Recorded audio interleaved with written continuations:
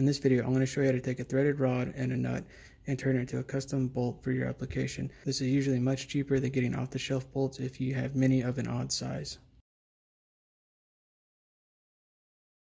For this tutorial, you will need permanent thread locker, threaded rod of your choosing, matching nuts to go with it, an angle grinder, optional is a TIG welder, and a bench grinder. The first step is to secure your threaded rod.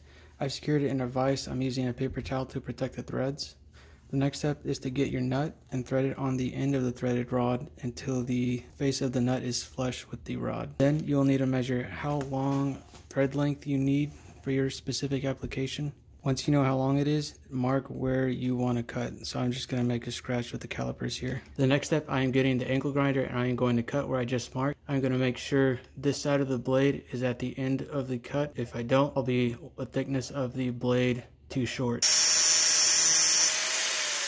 At this point, you have two options. You could either TIG weld the top of the nut directly to the rod, or you could use permanent Loctite to secure it. Obviously, TIG welding is going to be much more secure and you could apply much more torque.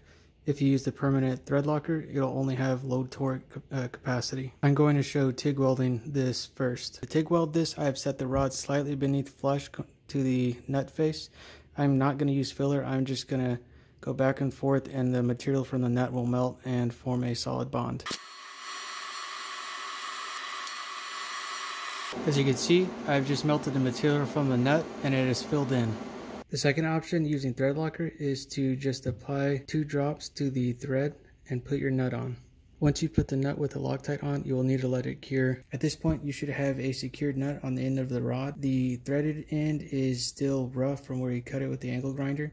So now we are going to clean this up with the bench grinder and then run it under the wire wheel so it will thread whenever you need to torque it down. To be able to get a firm grip on this whenever you are grinding the end on the angle grinder, you need to use a pair of pliers. If it's too short, if it's long, then you could probably use your hands, but I'm going to use these vice grips. I'm going to just grab on the end of it and squeeze down and then hold this whenever I grind the end. So at this step, I'm going to turn on the angle grinder and I'm going to touch the rod to the wheel and just slowly rotate, and it'll form a nice chamfer and clean up the end right here.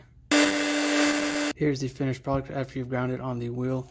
It has a nice chamfer and should thread easily, but just to remove any burrs, I'm going to run it under the wire wheel. At this point, you are done with your bolt.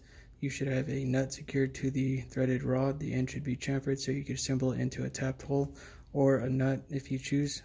It should thread on smoothly, but this is the finished product. If this was helpful for you, please like and subscribe for more helpful do-it-yourself and how-to videos.